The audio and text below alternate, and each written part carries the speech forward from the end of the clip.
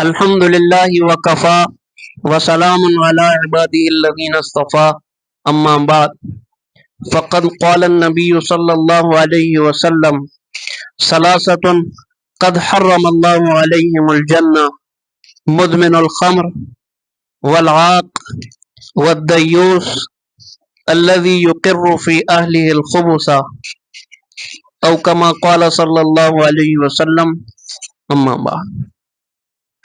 سلسلہ درس حدیث کی یہ چوتھی نشست ہے اور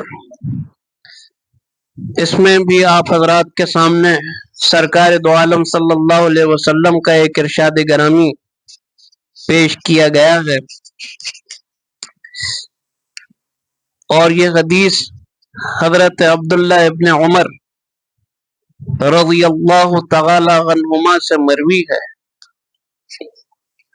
اس کا ترجمہ یہ ہے کہ سرکار دو عالم صلی اللہ علیہ وسلم نے فرمایا ثلاثۃ قد حرم اللہ علیہم الجنہ، فرمایا کہ تین آدمیوں پر اللہ تعالی نے جنت کو حرام کیا ہے۔ مدمن الخمر، پہلا وہ شخص جو شراب کا عادی ہے، والعاق، دوسرا وہ شخص جو ماں باپ کا نافرمان ہے، والدیوس، اور تیسرا دیوس ہے، الذی یقر فی اہلہ الخبث، یعنی وہ جو اپنے اہل و عیال میں ناپاکی کو برقرار رکھے، اسے دور نہ کرے۔ یہ اس حدیث کا ترجمہ تھا۔ سب سے پہلے یہ بیان کیا جانا ضروری ہے کہ حدیث میں آیا ہے کہ ثلاثۃ قد حرم اللہ علیہم الجنہ، کہ اللہ تعالیٰ نے ان تین لوگوں پر جنت کو حرام کیا ہے۔ تو اس سے مراد بعض علماء کے نزدیک یہ ہے کہ یہ تین لوگ ابتداً جنت میں نہیں جائیں گے بلکہ اپنی سزا کاٹ کر جائیں گے۔ اور بعض بزرگوں نے یہ کہا ہے کہ اگر اللہ کی توفیق سے یہ ان تین بڑے گناہوں سے توبہ کر لیں تو جو شخص توبہ کر لیتا ہے تو وہ اللہ کے نزدیک مقرب ہو جاتا ہے، اور جو مقرب بن جاتا ہے، جس کو تقرب حاصل ہو جاتا ہے، تو اس پر پھر جنت حرام نہیں ہوتی۔ تو معلوم ہوا کہ اگر یہ تین لوگ صدق دل کے ساتھ توبہ کرنے اور ان گناہوں سے بچنے کا عہد کریں تو امید ہے کہ اللہ تعالیٰ ان کو بخش دیں گے۔ تو یہ تو حرم اللہ علیہم الجنہ کی وضاحت تھی۔ اس حدیث میں تین لوگوں کا ذکر فرمایا۔ پہلا وہ جو شراب کا عادی ہے، کیونکہ شراب شریعت اسلامیہ میں بہت ہی ناپسندیدہ چیز ہے، اور قرآن کریم کے اندر سورہ مائدہ میں اللہ تعالی نے یہ فرمایا کہ یا ایھا الذین آمنوا انما الخمر والمیسر والانصاب والازلام رجس من عمل الشیطان۔ اللہ تعالیٰ فرماتے ہیں کہ اے ایمان والو، شراب اور جوا اور بت وغیرہ اور قرآ کے تیر، یہ سب گندی باتیں ہیں، اور گندگی بھی من عمل الشیطان، شیطان کے عمل یعنی شیطانی کاموں میں سے یہ ایک کام ہے، ایسے گندے کام ہیں۔ تو اہل ایمان کو اللہ تعالیٰ نے یہ حکم دیا کہ فَاجْتَنِبُوهُ، ان سے اجتناب کرو۔ کیوں؟ کیونکہ اگر آپ ان سے اجتناب کریں گے تو لعلکم تفلحون، اللہ تعالیٰ آپ کو فلاح دیں گے، کامیابی دیں گے۔ تو معلوم یہ ہوا کہ شراب کی مذمت بیان کی گئی ہے اور اس کو شیطانی عمل قرار دیا گیا ہے۔ جب ایک چیز اللہ کے نزدیک شیطانی عمل ہے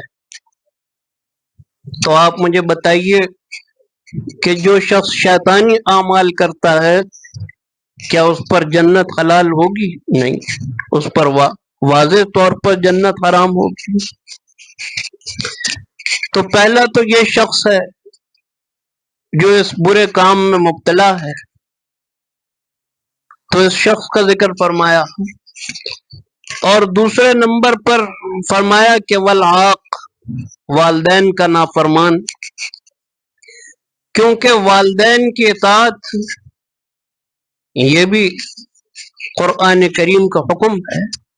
اللہ تعالیٰ نے قرآن کریم میں جگہ جگہ فرمایا کہ وَوَصَّيْنَا الْإِنسَانَ بِوَالِدَيْهِ إِحْسَانًا، اللہ تعالیٰ نے ان کے ساتھ حسن سلوک کا برتاؤ کرنے کا حکم فرمایا، ان کے ساتھ نیکی کا برتاؤ کرنے کا حکم کیا ہے۔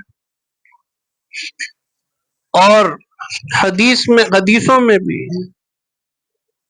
احادیث کے اندر بھی، انفرادی طور پر بھی ان کی فضیلت کو بیان فرمایا سرکار دو عالم صلی اللہ علیہ وسلم نے۔ سرکار دو عالم صلی اللہ علیہ وسلم نے فرمایا کہ رضا الربی فی رضا الوالدی وسخط الربی فی سخط الوالدی، فرمایا کہ اللہ کی ناراضگی، اللہ کی رضا یہ والد کی رضا میں ہے، اور اللہ کی ناراضگی یہ آپ کے والد کی ناراضگی میں ہے۔ تو یہ بھی حدیث میں فرمایا۔ اور ماں کے بارے میں فرمایا کہ فَإِنَّ الْجَنَّةَ تَحْتَ رِجْلَيْهَا،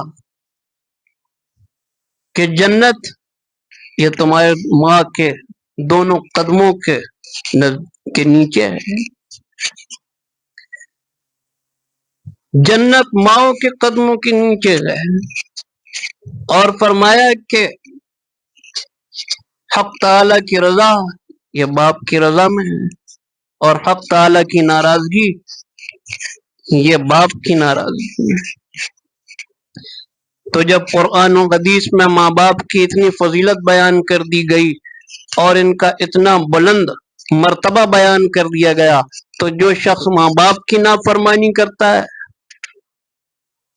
تو اس شخص پر بھی کیسے جنت حلال ہو سکتی ہے؟